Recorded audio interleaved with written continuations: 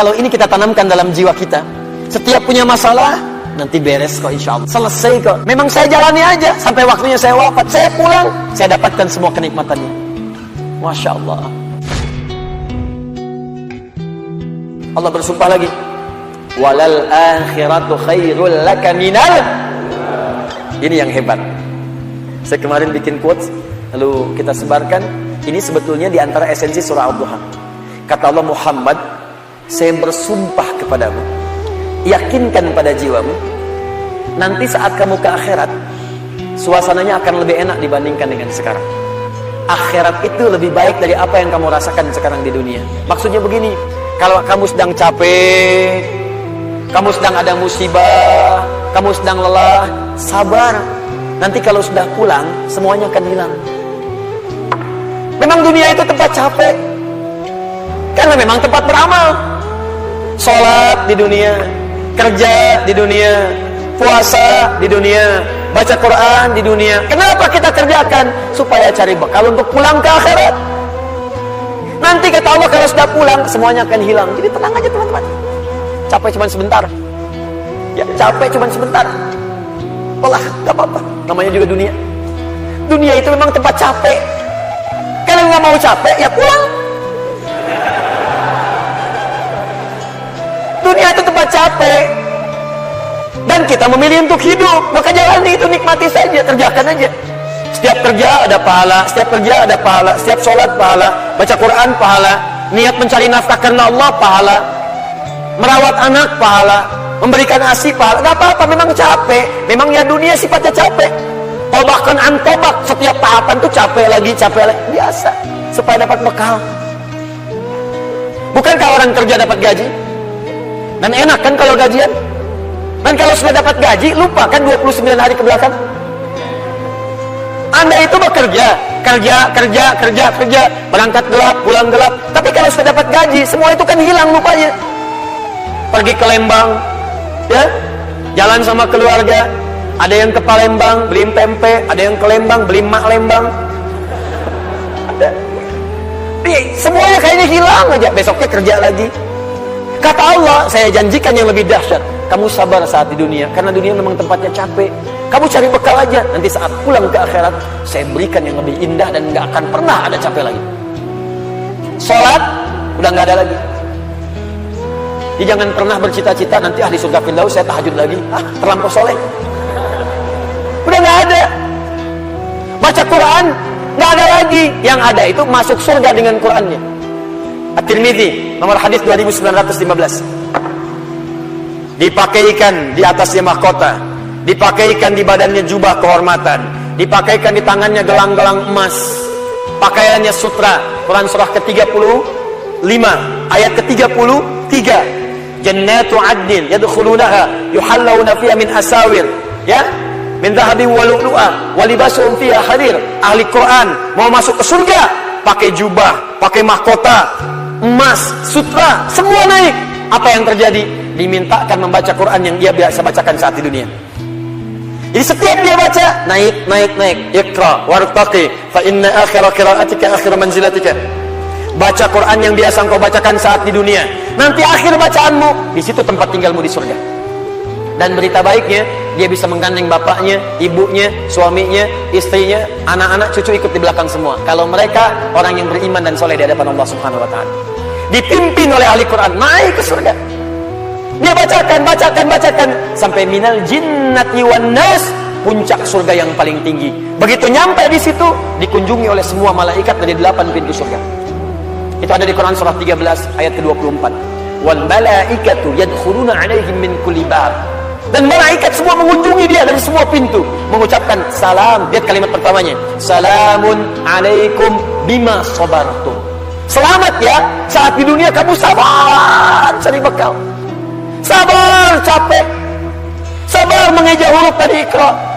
Sabar menghafal sampai ada yang mencela. Sabar, orang lain ngejar dunia, Anda ngejar akhirat. Sabar. Orang lain cari ini, luaskan rumah, tambah mobil, tambah kendaraan, meninggal, gak dibawa. Anda sabar. Masya Allah. Orang akhirat. Saya ngelihat ada ahli Quran tuh, Seringkali saya berhadapan dengan ahli Quran itu dari daerah-daerah, seringkali menangis. Ada yang datang pengen setoran. Anda bisa kebayang nggak, suaminya pekerja mungkin kasar, orang sebutnya kuli. Istrinya ngambilin kayu bakar, kadang ke sawah.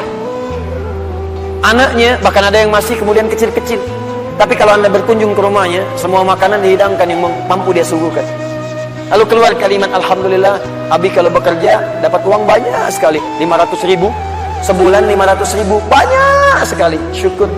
Ternyata perempuan itu sudah punya sanad hafalan Quran 7 qiraat. Lelakinya hafal Quran, anaknya hafidz semua. Anaknya penghafal Quran semua. Anda ada di mana? Itu perlombaan, sabar, naik sampai ke atas. Jadi kalau sekarang sedang capek, nikmati, sabar. Besok kalau meninggal, nggak ada capek lagi. Dan panggilannya sudah tenang kita, karena kerja kita selesai. Mirip begini, ada berita besok gajian, tenang kan? Malam tidur enak kan? Orang yang punya bekal itu, dia sabar itu, nanti di akhir sakaratul mautnya, dia tampakkan semua hasil pekerjaannya, sampai hatinya merasa tenang. Jadi nggak terasa, tidur aja. Ya ayat Tuhan nafsul mutmainnah, ditarik, tenang, tidur aja, selesai. Tinggal dia jumpai Allah di akhirat, nanti mendapatkan hasil dari apa yang dia kerjakan. Makanya kata Allah, kalau sedang sholat terasa capek, apa jawabannya? Sabar ya, walal akhiratu khairul laka minal ula. Nanti di akhirat gak ada tahajud lagi. Kalau sedang menghafal Quran capek, sabar ya, nanti di akhirat gak ada menghafal lagi. Abadi sifatnya, wafat selesai hafalan itu. Kalau sedang kena musibah, sabar ya, sabar. Jalani dulu, zikir kepada Allah supaya dapat pahala. Nanti setelah meninggal gak ada masalah lagi, tenang. Nanti pulang selesai semua. Jadi kalau ini kita tanamkan dalam jiwa kita, setiap punya masalah, nanti beres kok insya Allah. Selesai kok. Memang saya jalani aja sampai waktunya saya wafat, saya pulang, saya dapatkan semua kenikmatannya. Masya Allah. Ustaz beneran? Benar. Surganya banyak? Banyak Ustaz. Alhamdulillah. Tapi Ustaz, kalau di surga pengen ngerokok, bisa enggak? Ya kalau bisa silakan, ambil apinya di neraka. Nikmat, sudah selesai. Kemudian apa yang terjadi? Wala saufa yu'tika rabbuka fatarda. Ini yang paling dahsyat. Nanti di akhirat kata Allah, kalau kamu sabar saat di dunia sekarang, Bu, Pak, sabar tahajud, sabar merawat anak, sabar sekolahkan mereka ke pesantren, sabar talaki Al-Quran, sabar berjamaah ke masjid, Anda kerja di pemerintahan, kerja jadi pegawai, ada yang berdagang, ada yang bisnis, sabar. Waktunya sholat, waktunya zakat, sabar. Nanti kata Allah, saat pulang ke akhirat, wala saufa yu'tika rabbuka fatarda. Saya akan berikan semua yang kamu inginkan sampai puas. Kaidah nikmat itu, kaidah nikmat. Semua bicara termasuk dalam Al-Quran selama hidup di dunia. Kaidah nikmat itu gak ada yang pernah puas. Saya ulang ya, nikmat itu gak ada yang pernah puas. Contoh, punya sepeda nikmat bukan? Punya motor nikmat tidak? Punya mobil nikmat tidak? Pertanyaan saya, ketika Anda dapat sepeda, apakah merasa cukup dengan sepeda? Kalau sudah dapat sepeda, pengen apa? Sudah dapat motor, pengen apa? Sudah punya mobil, pengen apa? Pesawat. Garasi nggak punya, nerbangin nggak bisa, masih pengen. Belum menikah, pengen apa? Menikah. Sudah menikah, pengen apa? Punya anak. Sudah punya anak, pengen apa? Pengen cucu. Semua terus, jadi nggak ada puasnya. Nikmat itu terus pengen. Nanti di akhirat, kata Allah, nanti di akhirat saya akan berikan kepadamu sampai kamu puas. Sampai Anda mengatakan, ya Allah, cukup ya Allah, puas. Sekarang mah pengen terus, pengen. Nanti puas ya Allah, cukup puas. Di semuanya nikmat sampai selesai semua. Makanya bersabar, dunia sebentar Mas.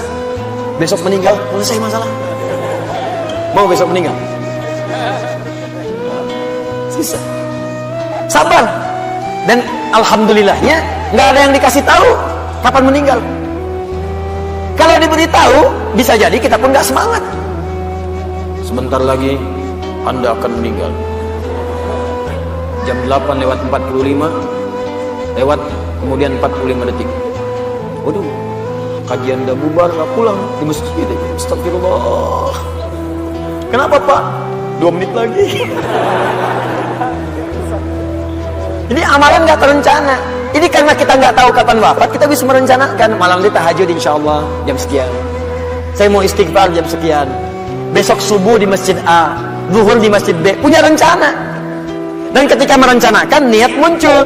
Dan itu niat ketika muncul, pahala dituliskan. Bukankah innamal a'malu binniyat?